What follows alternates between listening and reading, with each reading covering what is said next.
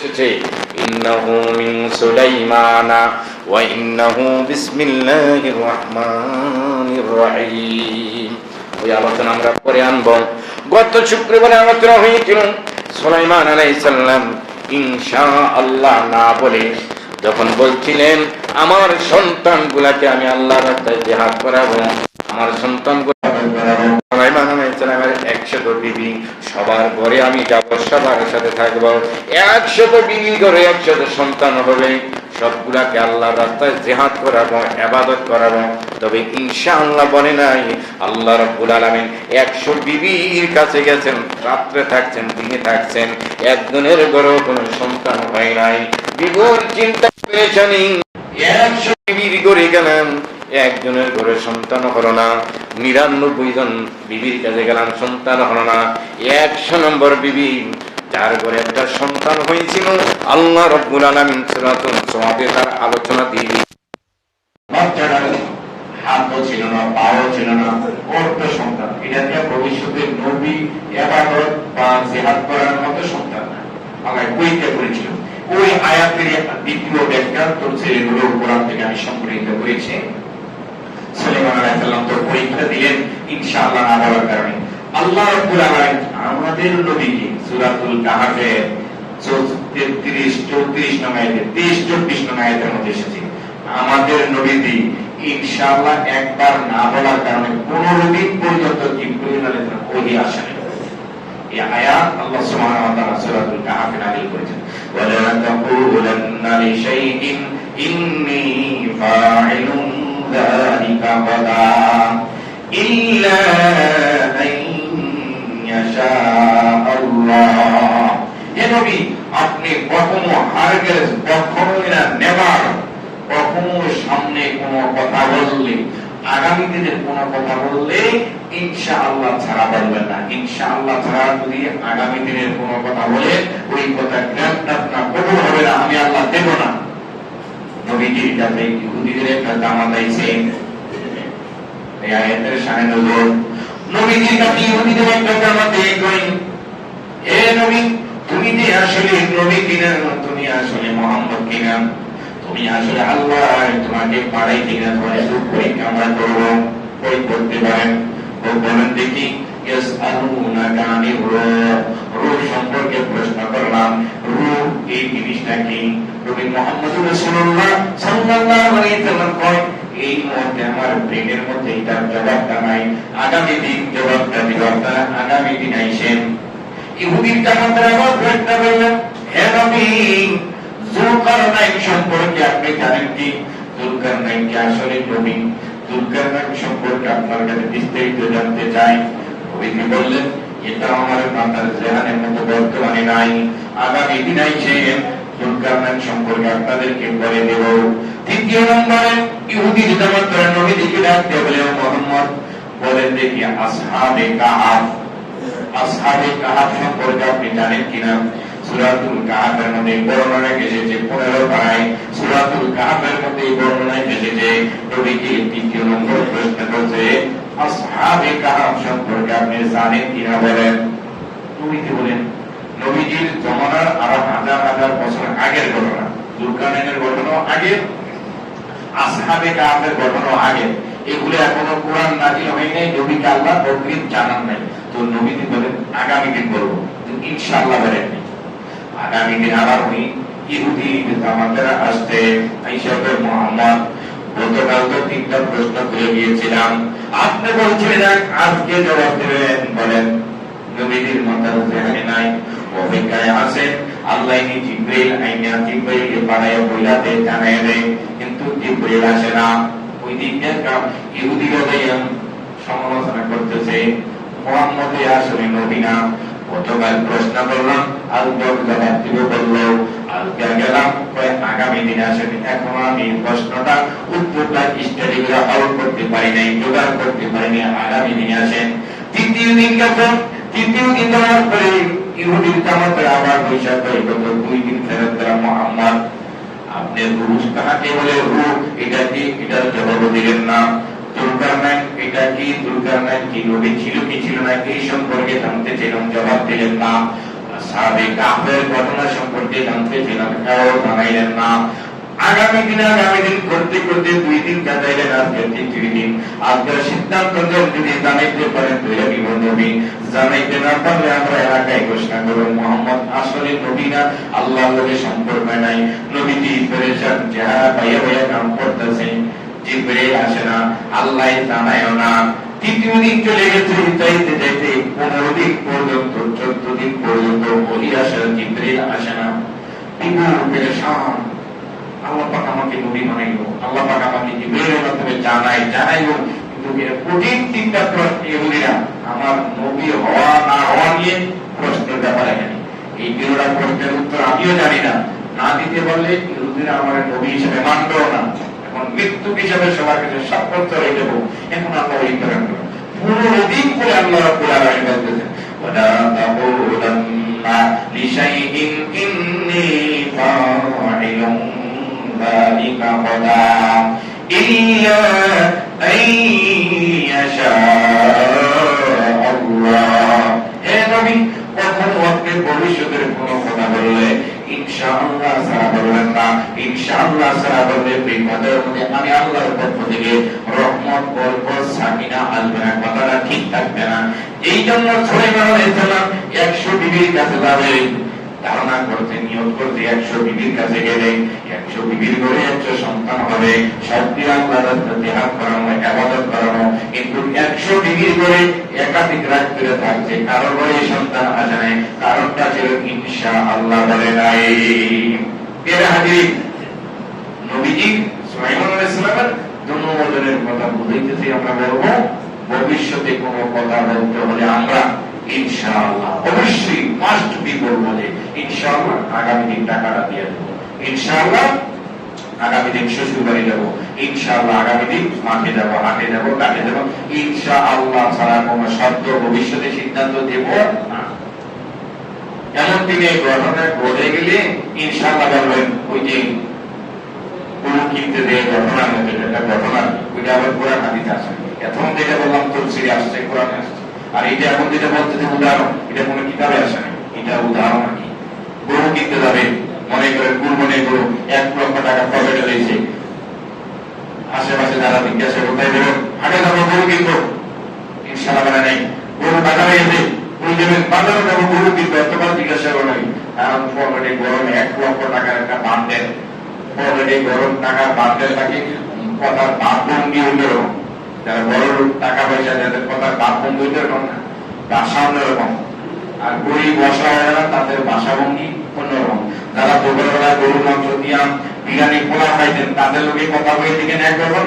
যারা দুপুরের বেলায় পান্তা বাজার মরিচ করে দেখেছেন, তারা লোকে কথা বলে দিকেন, কথার বাঁধভঙ্গি অন্যরকম। দুর্বল খাইছে, আবার খাওয়াইছে। আবার যদি তারা খেয়ে যেয়ে জিজ্ঞাসা করে, হ্যাঁ খাইছি আলহামদুলিল্লাহ, মুরগির পিঠে একটু বড় হয়েছে, গরুর মাংসের একটু দাম বেশি দিয়েছে, কথার ভাগ একটু অন্যরকম। তো 1 লক্ষ টাকা পকেটে বাজারে গেছে, ইনশাআল্লাহ বলে নিয়ে যখন বাজারে গেছে, যে কিন্তু 1 লক্ষ টাকার বান্ডেল পকেটে আছে, সরে আগে থেকে টার্গেট কিনা পকেটে একটা গরু কিনার আগে টাকা নিয়ে গেছে।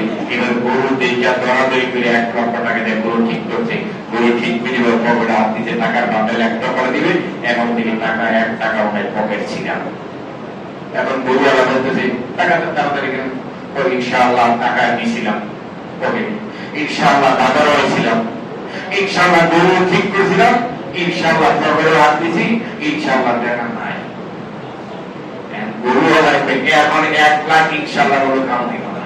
এটা বলার দরকার ছিল ঘরের থেকে যখন বাইরেছে, মানুষে দেখছে, ইমাম সাহেব দেখছে, অনেকে জিজ্ঞাসা করে করি না, বলে ইনশাআল্লাহ বাজারে যাই, ইনশাআল্লাহ একটা কুরবানির জন্য গরু কিনবো। তো ওই আপনার এই টাকার উপরে আল্লাহর রহমত, বরকত থাকি না, ফেরেশতা দিয়ে পাহাড় দিয়ে টাকার দায়িত্ব আল্লাহ নিয়ে নিত। ওই সময় ইনশাআল্লাহ বলে নেই, টাকা চুরি নিতে গা, এখন চুরে নিচ্ছে গা, এখন ইনশাআল্লাহ ইনশাআল্লাহ বলে তুজ বিজয় করতে টাকা ফেরত আবে না ইনশাআল্লাহ। ভবিষ্যতে কোনো কাজ করতে হলে আমরা বলবো কি ইনশাআল্লাহ। আমরা বলতাম নবীজির কাছে, নবীজি আল্লাহর এত পিয়ারা, মহব্বত, ভালোবাসা, উনি ইনশাআল্লাহ না বলার কারণে 15 দিন জিবরিল আসেনি। আল্লাহ রাগ করে আছে যে ইনশাআল্লাহ বলো না, ইনশাআল্লাহ অর্থে যদি আল্লাহ চায়, আল্লাহ চাহে তো আমি কাজটা করবো, আল্লাহ চাহে তো এখানে যাবো।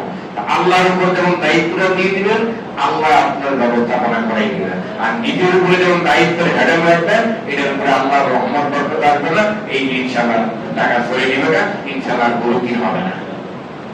তাহলে সুলাইমান আলাইহিস সালাম ইনশাআল্লাহ না বলার কারণে বাচ্চা হয় নাই। ওই যে একটা বেদর, হাত নাই পা নাই, অতিথি লুলা, নবীজি ইনশাআল্লাহ বলা না করার কারণে উন্নতি হয়ে আসে নাই। সুলাইমান আলাইহিস সালাম পরীক্ষা দেওয়ার জন্য যখন সুলাইমান আলাইহিস সালাম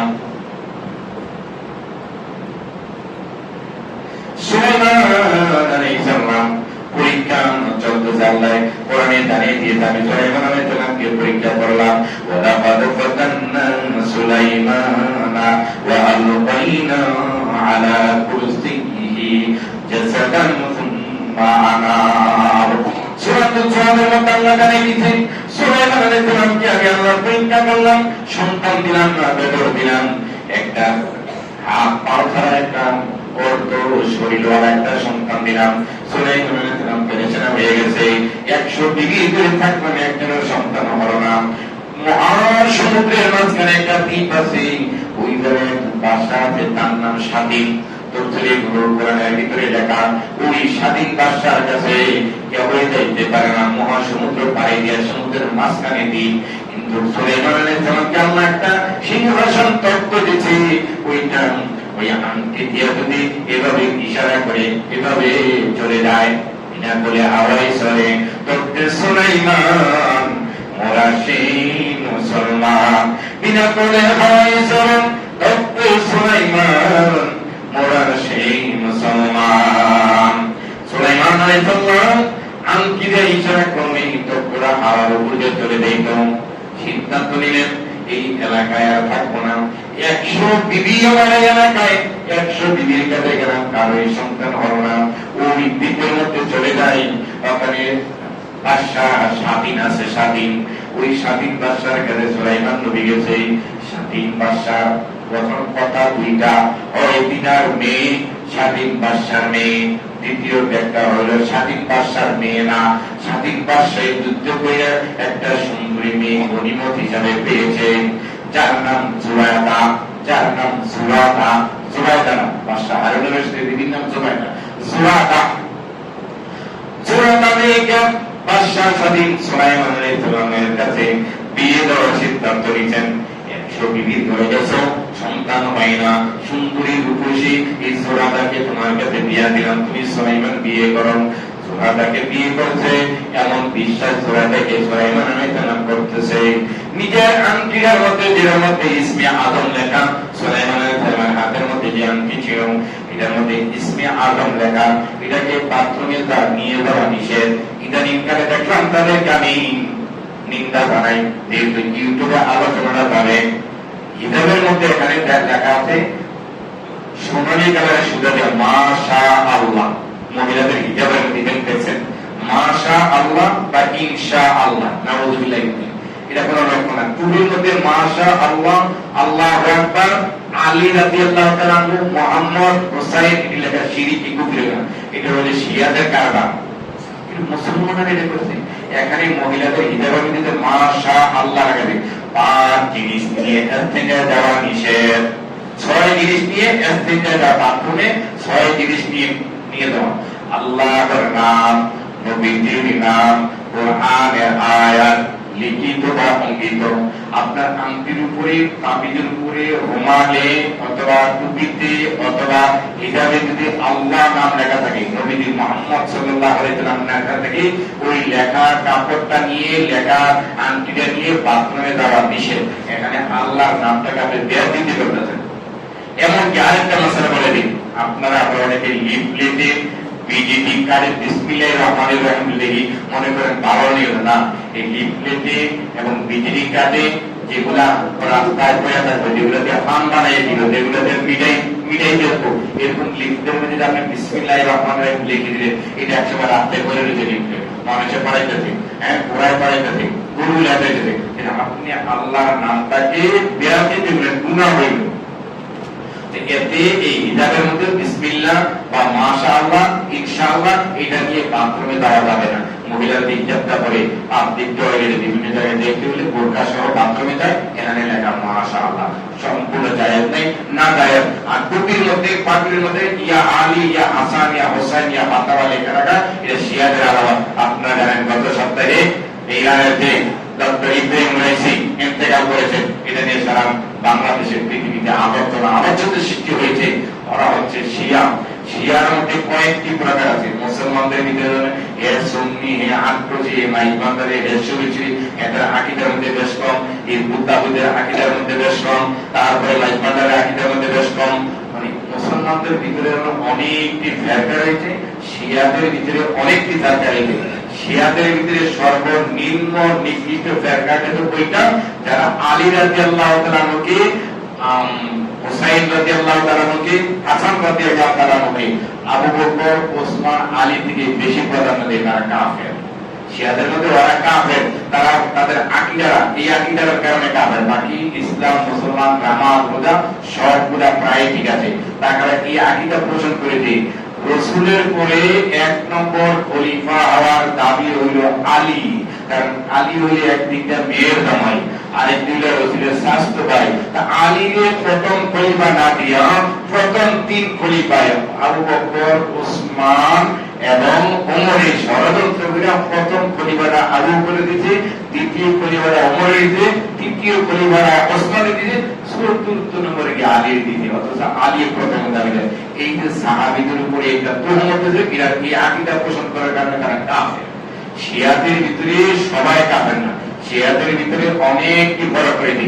তার মধ্যে যে গত কয়েকদিন আগে হেলিকপ্টার বিধ্বস্ত হইয়া, এটা খুবই দুঃখজনক, মর্মান্তিক। কোন অমুসলমান যদি কোন অকারণে ষড়যন্ত্রে মারা যায়, এটা যদি দুঃখজনক, বা আল্লাহর কাছে বিচার কামনা করে, ঠিক আছে। আবার সেই রাইসি সাহেব ফিলিস্তিনের পক্ষে, হামাসের পক্ষে হইয়া ইসরায়েলের বিরুদ্ধে হুঙ্কার ছেড়েছেন, কিছু সহযোগিতা করেছেন, মুসলমানদের পক্ষে অনেক কাজ করেছেন। তথাপিও যারা শিয়া, যারা কাফের, তাদের বেলা ইন্না লিল্লাহ বা মাগফিরাত কামনা করা, আল্লাহর সাথে দুশমনি করা। কোন কাফের মারা গেলে এর যদি আপনি মনে আল্লাহ এর বেহেশত দিবেন, এর মাফ করে দেন, তাহলে আপনি আল্লাহর সাথে কুফরি করলেন। কাফের মারা গেলে, মুসলমান মারা গেলে তার জন্য জান্নাতের দোয়া করতে পারেন, তার জন্য আপনি ভালো মঙ্গলের দোয়া করতে। আর অমুসলিম মারা গেলে ভালো বা অমুসলিম, আবু জাহেল রাসূলকে অপকার করতেন, আবু লাহাব রাসূলকে উপকার করতেন, অপকার করতেন। মারা গেলে তার জন্য জান্নাত কামনা করা যাবে না। তো শিয়াদের মধ্যে সবচেয়ে নিকৃষ্ট যে ফেরকা শিয়া, তাদের মধ্যে এই ফেরকাটা হইল এই ডক্টর ইব্রাহিম রাইসি। তারা আলীকে বেশি প্রাধান্য দেয়। তাদের টুপির মধ্যে ইয়া আলীও, তাদের দরবারের মধ্যে ইয়া আলী, শেখ খোদা আলী, মানে আলী রাদিয়াল্লাহু তাআলা কে বাকি সাহাবীদের থেকে প্রাধান্য বেশি দেয়। বাকি সাহাবীদের থেকে প্রশংসা করতে করতে আবু বকর নিজে ষড়যন্ত্র করে প্রথম খলিফা হইতে আলী রাদিয়াল্লাহু। তো অথচ আল্লাহ রাব্বুল আলামিন কোরআনে বলে দিয়েছেন, রাদিয়াল্লাহু আনহু ওয়া রাদু আন, আমি সব নবী সাহাবীদের উপর রাজি এবং সন্তুষ্টি, সাহাবীরা আমার উপর রাজি ও সন্তুষ্টি। সাহাবীদের যদি অপবাদ দেয়, আল্লাহ অসন্তুষ্ট হয়ে যায়, নবীজি অসন্তুষ্ট হয়ে যায়। আবার নবীজি কথা বলেছেন, আসহাবিকান নুজুম বিআইদিহিম ইহতাদাইতুম ইহতাদাইতুম।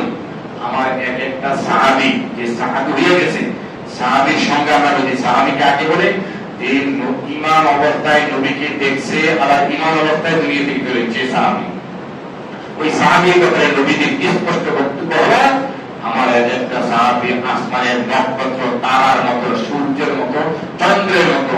চন্দ্র আলো দেখা, চাঁদের আলো দেখা যেমন রাতে মানুষই পূর্ব পশ্চিম উত্তর দক্ষিণ নির্ণয় করে দেখে, সমুদ্রের নাবিকেরা যেমন তারাটা দেখা পশ্চিম কোনটা পূর্ব কোনটা এটা দিক নির্ণয় করে, যখন কম্পাস ছিল না, দিনের বেলায় মানুষেরা সূর্যের আলো দেখে যেমন ডাইন দিকে যাবে না, বাম দিকে যাবে, সামনে যাবে না, পিছনে যাবে, দিক নির্ণয় করে এই তারাটা গুলা, চন্দ্র গুলা, সূর্য গুলা যেমন আলো দিয়া মানুষকে ভালোর দিকে দেখায়, আমার এক একটা সাহাবী নক্ষত্রের মতো তাদেরকে অনুসরণ করে মানুষ জান্নাত জাহান্নাম কোনটা, জান্নাতের কাজ কোনটা, জাহান্নামের কাজ কোনটা, এটা বুঝবি। আমার সাহাবী এক একটা নক্ষত্রের মতো, যে তাদেরকে অনুসরণ করবে তারা এই হেদায়েত পেয়ে যাবে। তো সাহাবীদেরকে অনুসরণ করবে, হেদায়েত পেয়ে যাবে। সেই সাহাবীদেরকে যদি দোষারোপ করেন, তুহমত দেন, অপবাদ দেন, তার ঈমান থাকে না। সেই সুবাদে শিয়ারা প্রথম 3 সাহাবীর তোহমত দেয়, অপবাদ দেয়। আবু বকর, ওমর, ওসমান তারা ষড়যন্ত্র করে প্রথম 1 2 3 খলিফা নিয়ে নিয়েছে। আলীকে চতুর্থ খলিফা দিলে আলী একবার খলিফা হওয়ার দরকার ছিল, তাদের আকীদা বিরোধিতা। অথচ রাসূল সাল্লাল্লাহু আলাইহি সাল্লাম আবু বকরকে প্রথম খলিফা বানানোর জন্য মসজিদে নববী আবু আইয়ুব আনসারীর বাড়িতে যখন মসজিদে নববী বানায়, তখন প্রথম ইটটা মাটির জায়গাটা পাথরটা নবীকে রাখছে। এরপর আবু বকর তুমি এরপরে ইটটা রাখো, ওমর এরপরে ইটটা রাখো, ওসমান এরপরে ইটটা তুমি রাখো, আলী চতুর্থ নবী তুমি ইটটা রাখো। বিভিন্ন তারা ইঙ্গিত, বিভিন্ন কাজকর্মে নবীজি যখন মসজিদে নববীতে নামাজ পড়াইতে পারতেন অসুস্থ, আবু বকরকে বলতো তুমি নামাজ পড়াইও। তো বিভিন্ন কাজে কর্মে নবীজি কোনো জিহাদের ময়দানে সেনাপতির দায়িত্ব নিয়েছেন, যাইতে পারবেন না, আবু বকরকে পাঠাইছেন। বিভিন্ন কাজে কর্মে দেওয়া হয়েছে, আবু বকরকে বেশি প্রাধান্য দিয়েছেন। এদিকে আবু বকর রাদিয়াল্লাহু তাআলা নবীজির শ্বশুর, আয়েশা রাদিয়াল্লাহু তাআলা আনহার আব্বা। রাসূলের কথা ইশারা ইঙ্গিতে প্রধান খলিফা আবু বকর দেওয়া হয়েছে। শিয়াদের আকীদা হইল না, এনে ষড়যন্ত্র করছে, এতে তারা কাফের। এই জন্য ইন্না লিল্লাহি ওয়া ইন্না ইলাইহি রাজিউন ক্ষমা চাওয়া নিষেধ। তবে রাইসি সাহেব মুসলমানদের পক্ষে অনেক কাজ করেছেন, সাদ্দাম সাহেব অনেক কাজ করেছেন, সাদ্দাম ভালো। ওসামা বিন লাদেন মুসলমানদের পক্ষে কাজ করেছেন। ইহুদিদের ষড়যন্ত্র, আমেরিকাদের নীল নকশা, যেই সমস্ত শাম, সিরিয়া, সেই ওসামা বিন লাদেন হোক, সাদ্দামকে ঈদের দিন ফাঁসি দেওয়া হয়েছে, এই শিয়ারাই ফাঁসি দেওয়া হয়েছে। শিয়ারাই শিয়া আইনজীবীরা তার ফাঁসিটা ঈদের দিন কার্যকর করেছে। পৃথিবীতে যদি মুসলিম 2-4টা নেতা থাকতো, তাদের মধ্যে মোল্লা ওমর, তাদের মধ্যে ওসামা বিন লাদেন, তাদের মধ্যে সাদ্দাম, তাদের মধ্যে উনি একজন যিনি মারা গেছেন, মানে মুসলমানদের পক্ষে 2-1টা হুঙ্কার দেওয়ার মতো বড় নেতা থাকতো। ইহুদিদের এত চিকন ষড়যন্ত্র, কোনো না কোনো ষড়যন্ত্রের জালে ফেলে মুসলিমদের ভিতরে যে ইন্টারন্যাশনাল নেতা, তাদেরকে কোনো না কোনো ফেরবি, কোনো না কোনো জঙ্গি তোকমা দিয়ে তাদেরকে দুনিয়াতে নিস্তেনাবুদ করেছে, খেলার মাঠ ফাঁকা। আর সৌদি আরব, লেবানন, দুবাই এগুলো হচ্ছে আমেরিকার গোলামি করে, ফাঁকা গোলাম।